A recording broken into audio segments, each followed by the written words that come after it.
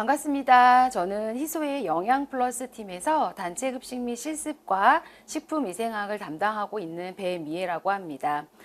우선 올해 시험 보시느라 애 많이 쓰셨습니다. 고생하셨고요. 단체급식 및 실습과 식품위생학 문제 풀이를 좀 해보도록 하겠습니다. 이번 단체급식 및 실습과 식품위생학 같은 경우에는요, 각각 크게 두 문제씩 출제가 되었습니다. 단체급식 및 실습 같은 경우엔 전공 A와 전공 B에 각각 한 문제씩 출제가 되었는데요. 작년과 똑같이 2.4점 배점으로 총 6점의 문제가 출제가 되었고요. 식품위생학 같은 경우에는 전공 A에만 출제가 되었고, 작년과 다르게 2점의 배점이 높아져서 총 8점으로 문제가 출제가 되었습니다. 먼저 단체급식 및 실습을 좀 한번 보도록 할게요. 두 가지 문제가 출제가 되었는데 평가 영역으로 봤을 경우엔 시설 설비 관리 부분, 그 다음에 저장 및 재고 관리 부분에서 각각 한 문제씩 출제되었습니다. 이 두 문제 같은 경우에는 특히 저장 및 재고 관리 영역은 작년에 이어서 또 한 번 출제가 된 부분인데요. 이렇듯 실제 급식 현장에서 중요하게 관리되는 부분에서 출제가 된 것 같습니다. 이론에서 알고 있는 부분이 실제 현장과 적용시킬 수 있는지 이런 부분을 평가하고자 한 게 아닌가라는 그런 생각을 해봅니다. 각각의 문제를 좀 풀어보도록 하겠습니다. 첫 번째 전공 A의 3번 문제는요, 이렇게 그림과 같이 제시가 되면서 배수 관련 설비의 그림입니다 라고 제시가 되었습니다. 학교급식 위생관리 지침서에 근거하여 라고 하는 이런 단서가 붙었잖아요. 이럴 경우에는 답안도 이 지침서에 있는 그대로 써야 되는 것이 주의사항이죠. 기역 설비 내부의 재질명과 니은 설비의 명칭을 순서대로 쓰시오 라고 되어 있습니다. 자, 순서대로 라고 쓰시오 라고 되면 우리 아시겠지만 기역은 니은은 이렇게 쓰셔도 되고, 기역 니은을 쓰지 않더라도 반드시 기역의 답, 니은의 답을 순서대로 써야지만이 각각 답을 배점 받을 수가 있습니다. 그리고 굉장히 쉬운 문제가 출제되었어요. 그래서 되게 반가우셨을 텐데 시험장에서는 굉장히 긴장되고 하다 보니까 놓칠 수 있는 부분이 기역과 니은 설비의 명칭을 쓰라고 하는 것이 아니라 니은은 설비의 명칭이지만 기역은 설비 내부의 재질명입니다. 지금 기역 설비 트렌치의 내부, 요 안에 내부의 명칭, 내부의 재질의 명칭을 쓰라고 한 게 문제이기 때문에 요것만 놓치지 않으셨으면 아마 문제는 다 맞으셨을 거라 생각이 들어요. 실제 지침서에는 이렇게 제시가 되어 있습니다. 그래서 기역의 같은 경우에는 스테인리스 스틸이라고 하는 재질이면 되죠. 근데 이제 지침서에 스틸판이라고까지도 나와 있기 때문에 이렇게 쓰셔도 사실 괜찮을 것 같고요.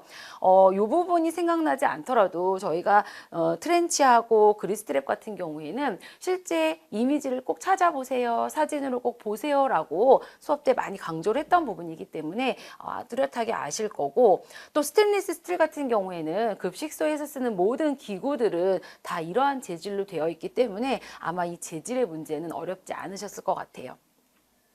자, 그리고 두 번째는 그리스트랩이죠.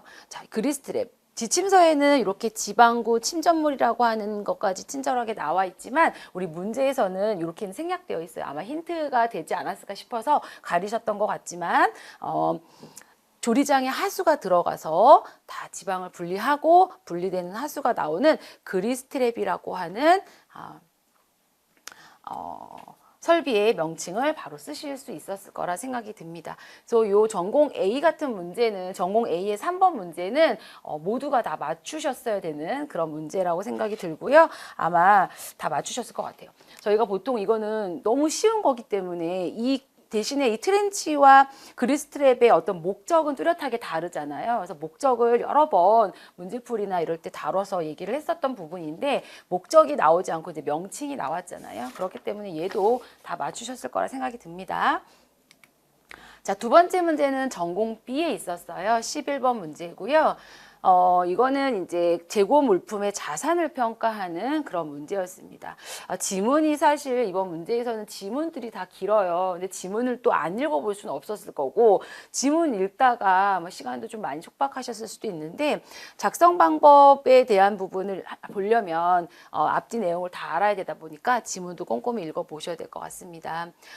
이 지금 밑줄 친 기억에 의한 급식소의 재고 자산가액 산출하고요. 그리고 기억을 사용하는 이유, 자산을 평가할 때 기억을 사용하는 이유를 서술할 거 그랬거든요. 급식소의 재고물품 자산을 평가하는 방법은 선입선출법, 후입선출법, 실제구매법, 또 니은 또는 총평균법이 있습니다라고 되어 있어요. 기억은 선입선출법이죠. 선입선출법은 먼저 들어온 것을 먼저 쓴다라고 하는 굉장히 중요한 어떤 재고 관리에 있는 관리 법인데요. 이걸로 재고 자산가액을 산출하라고 되어 있습니다. 실사 재고 조사지를 이렇게 보니까, 자, 실사 재고 조사지예요. 연구가 아니고 실사라는 건 어떤 날을 잡아놓고 재고 조사를 하는 거죠. 지금 4월 30날 실사 재고를 한 거예요. 그래서 4월 30날 보니까 2일날, 8일날, 16일, 26일날 각각에 쓰고 남은 재고, 이 전체가 4월 30일 기준으로의 재고가 되죠. 재고량이 12개가 됩니다. 자, 이 12개에 대한 재고 자산가액을 산출하는 건데, 요거는 선입선출법으로. 자, 선입선출법이라고 하는 건 지금 남아있는 재고가 가장 최근에 구입한 거라는 그런 가정하에 이루어지는 거잖아요. 그렇기 때문에 12개. 그런데 가장 최근에 10개를 구입했단 말이죠. 10개는 2,000원. 그럼 나머지 2개는 그 전에 했던 1,950원으로 해서 계산을 하는 것이 선입선출법에 의한 방법입니다. 그래서 계산을 해서 산출 값을 쓰라고 했으니까 뭐 23,900원이라고만 써도 맞을 것 같고요. 재고자산을 평가할 때 기억을 사용하는 이유예요. 선입선출법과 후입선출법이 각각 반대였잖아요. 그렇기 때문에 굉장히 많이 강조해서 저희가 복습을 했기 때문에 아실 거예요. 선입선출법은 가장 최근에 구입한 것이 남아있다라고 하는 전제 조건, 가장 최근의 것이 뭐예요? 가장 비싼 거거든요. 그래서 재고자산을 높게 평가하기 위한 거죠. 그래서 재고자산을 높게 평가하기 위한다라고 하는 문구가 꼭 들어가야 될 것 같고, 그 앞에 물가가 인상되고 있을 때, 물가가 인상된다고 가정했을 때 재고자산을 높게 평가하는 거기 때문에 이렇게 다 써야 될 것 같습니다. 그래서 별로 어렵지 않게 문제를 푸셨을 것 같아요. 괄호 안에 니은에 해당되는 용어예요. 재고자산을 평가하는 방법 중에 하나 빠진 게 있죠? 그렇죠. 최종 구매가법입니다. 마지막에 최종적으로 구매한 가격으로 계산하는 방법. 같은 말로 최종 매입 원가법이라는 말도 있기 때문에 뭐 어느 걸 써도 맞을 것 같고요. 니은을 사용할 때, 이 최종 구매가법을 사용할 때의 장점을 서술하라고 했어요. 최종으로 구매한 그 가격으로 계산하는 거는 우리가 2,000원이 가장 최근 거니까 12개 남은 걸 2,000원으로 계산해 버리면 간단하죠. 그렇기 때문에 계산이 간단하다. 뭐 이런 장점이 가장 큰 장점이죠. 그래서 계산이 간단하고 신속하다. 뭐 간단하고 신속한 계산이 가능하다. 뭐 우리나라 문장은 어떻게 써도 상관없으니까 저는 계산이 간단하다라고 하는 내용 정도는 꼭 들어가면 맞지 않을까 싶습니다. 자, 두 번째는 식품위생학인데요. 식품위생학 같은 경우에는 식중독 파트, 그러니까 식중독 및 곰팡이 독소 식품 첨가물이라고 하는 큰 평가 영역 안에서 문제가 출제가 되었어요.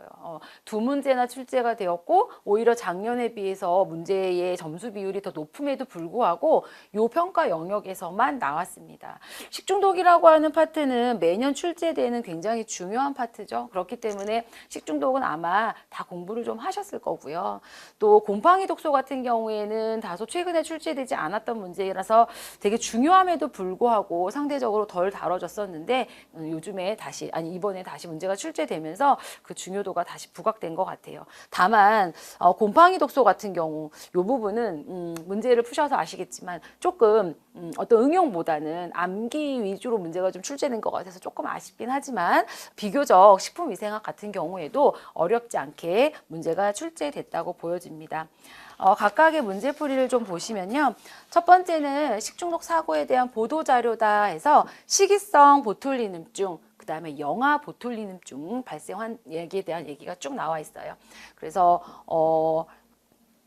발생 환자, 원인, 식품, 주요 증상 해서 그리고 또 특징 이런 부분들이 다 잘 나와 있습니다. 이 문제가 좀 길기는 하지만 문제의 지문이 길긴 하지만 이런 지문 안에서 힌트가 많이 나올 수도 있고 또 우리가 답을 쓸 때 특히나 무엇을 서술하시오 이런 답을 쓸 때는 이 문제 안에 있는 이 지문에서의 단어라든지 이런 것들을 또 응용해서 쓰게 될 수 있기 때문에 굉장히 문제의 지문도 놓치지 않고 보셔야 되는 부분인데요. 첫 번째 기억의 그램 염색성과 형태, 니은에 해당되는 용어를 쓸 것이라고 나와 있는데 클로스트리디움 보툴리눔이라고 하는 이 균, 그 균의 그램 염색성, 형태, 저희가 그램 염색성, 형태, 뭐 산소 요구성, 균 이름 이런 것들은 식중독 파트에서는 꼭 어떤 게 나올지 모르다 보니까 달달달 많이 외우셨을 거예요. 그렇기 때문에 이 부분은 크게 어렵지 않으셨을 것 같고요. 특히나 그램 염색성, 그 다음에 형태, 대부분 다 간균이기 때문에 어렵지 않으셨을 것 같고 특히나 이렇게 독소형 식중독은 전체가 다 그램 양성이었잖아요. 그렇기 때문에 이것도 어렵지 않으셨을 것 같습니다. 두 번째 얘는 얘가 이제 뿜는 독이 맹독성의 무슨 독소이다. 앞에를 보면 이 식품들이 혐기적 상태로 방치돼서 이 균이 증식해서 생산된 독소, 보툴리눔 독소가 이 중독의 직접적인 원인체고 이 종류는 맹독성의 무슨 독소이다라고 거였거든요. 신경독소라는 거죠. 그래서 신경독소도 틀리진 않으셨을 것 같은데 다만 이 문제를 꼼꼼히 읽지 않고 지문을 꼼꼼히 읽지 않고 막 보다 보면 아 독소명을 쓰는 건가라고 해가지고 혹여나 독소명을 쓰시는 실수를 하지 않으셨을까 좀 살짝 우려는 됐는데 그러지 않으셨을 거라 생각이 듭니다. 그래서 요거는 어렵지 않으셨을 것 같고요. 마지막에 이제 이렇게 서술하는 문제. 디귿은 지금 영아 보툴리눔증에 대한 얘기가 쭉 나와 있어요. 근데 영아 보툴리눔증에서 이 벌꿀을 딱 보는 순간 우리 생애주기 영양학에서 이렇게 영아들한테 벌꿀을 먹이면 안 된다라는 얘기에서 아마 강조해서 수업 들으셨을 텐데 그 부분과 이제 연관지어서 출제를 하신 거죠. 그래서 디귿이 식이성 보툴리눔증과 다른 점을 서술할 것. 저희가 답을 써야 되는 건 다른 점을 서술하는 거예요. 다만 독소 생성 기전과 관련지어서 서술하라는 거죠. 그래서 독소 생성 기전을 관련지어서 서술하는 내용이 그 안에 들어가져야 되는 부분입니다. 그래서 보면요, 이 문제의 지문 안에 쓸 수 있는 그런 힌트들이 다 있는 부분이거든요. 이 윗줄은 지문에 다 나와 있는 거예요. 식품에 증식해서 생산된 독소에 의해서 발생하는 식이성 보툴리즘과 다르게 우리 이제 보툴리눔증이 일어나는 것이 독소가 식품에 증식을 해가지고 그 독소를 먹어서 생기는 식이성과 이 균이 포자가, 그죠? 키워드는 포자죠. 포자가 우리 장내에 들어와서 우리 장내에서 발화 증식해서 독소를 생성하는 거하고 이 두 가지 기전이잖아요. 그렇기 때문에 이 균의 특징 중에 포자를 형성하는 균이라는 특징도 있었던 것처럼 아마 요 밑에 줄을 정확하게 쓰시면 됩니다. 그래서 영아 보툴리눔증은 원인균의 포자가 영아의 장내에서 발화 증식해서 생산한 독소에 의해서 발생한다. 이게 다른 점이죠. 그래서 독소 생성 기전이 이 부분이에요. 포자. 장내 발화 증식. 다만 서술할 때 저 위에 있는 식이성 보툴리눔 얘기를 써가지고 식품에 증식해서 생산된 독소를 섭취해서 발생하는 식이성 보툴리눔증과 다르게 영아 보툴리눔증은 이렇다라고 친절하게 서술을 하면 되겠죠. 그래서 동그라미 친 포자가 장내에서 발화 증식해서 독소를 생산한다. 요거에서 발생했다라는 요 부분이 꼭 들어가줘야 될 것 같습니다. 마지막에 11번 문제는요. 요거는 이제 아플라톡신에 관련된 문제였습니다. 그래서 지문 내용들 읽어보시면 기억은 아플라톡신을 생성하는 곰팡이의 학명, 특히나 속명만 쓰면 되고요. 이 기억이 생성되는 최적의 온도와 습도의 범위 각각 쓰고요. 또 땅콩, 견과류 등 식물성 원료에 대한 우리나라의 법적 허용치를 쓸 것 이렇게 나와 있습니다. 그래서 이게 세 가지 다 꼼꼼하게 암기를 하셨던 분들이라면 혼돈되지 않고 풀으셨을 것 같은데요. 우리가 이제 아플라톡신이라고 하는 그 독소를 뿜는 곰팡이, 아스퍼질러스. 물론 이제 속명만 쓰면 되기 때문에 아스퍼질러스만 쓰셔도 정답으로 맞는 거죠. 그리고 온도는 여기가 온도네요. 25도에서 30도, 80에서 85% 이상이라고 하는 것까지. 그래서 온도와 습도의 범위, 그리고 우리나라의 법적 허용치는 요거까지 뭐 암기를 못 하셨으면 요거는 절대 풀 수 없는 문제인데, 그쵸? 10 마이크로그램 per 킬로그램. 여기도 이하라고 하는 요 범위까지 쓰셔야지만이 정확한 답으로 인정되지 않을까 싶거든요. 그래서 마지막 문제 같은 경우에는 어렵지는 않은데 모든 문제가 그렇죠. 일단 우리가 외우지 못하거나 모르면 아예 풀 수 없는 문제. 근데 모든 문제들이 아는 거는 기본이고 이것을 응용해서 아니면 서술해서 무언가 다른 점을 비교해서 이런 식의 문제들이 많이 나온다면 요거는 그냥 아는 것. 알면 풀 수 있는 문제. 다만 모르면 못 외웠으면 못 푸는 문제라 마지막 문제는 조금 아쉽기는 하거든요. 근데 아마 곰팡이 독소에서도 제일 먼저 다뤘던 부분이고 그래도 좀 중요한 부분이라 좀 꼼꼼하게 외우지 않으셨을까라는 생각이 듭니다. 자, 여기까지 문제풀이를 해드렸고요. 아마 이 단체급식만 단체급식하고 식품위생학은 이번에는 어떤 논란의 여지가 있는 문제가 출제되진 않았기 때문에 아마 정답은 다 확인이 가능하시리라 생각이 듭니다. 자, 그동안 시험 공부하느라 애쓰셨고요. 시험 보느라고 애쓰셨습니다. 요즘 날씨가 많이 추워졌어요. 감기 조심하시길 바랄게요. 고생하셨습니다.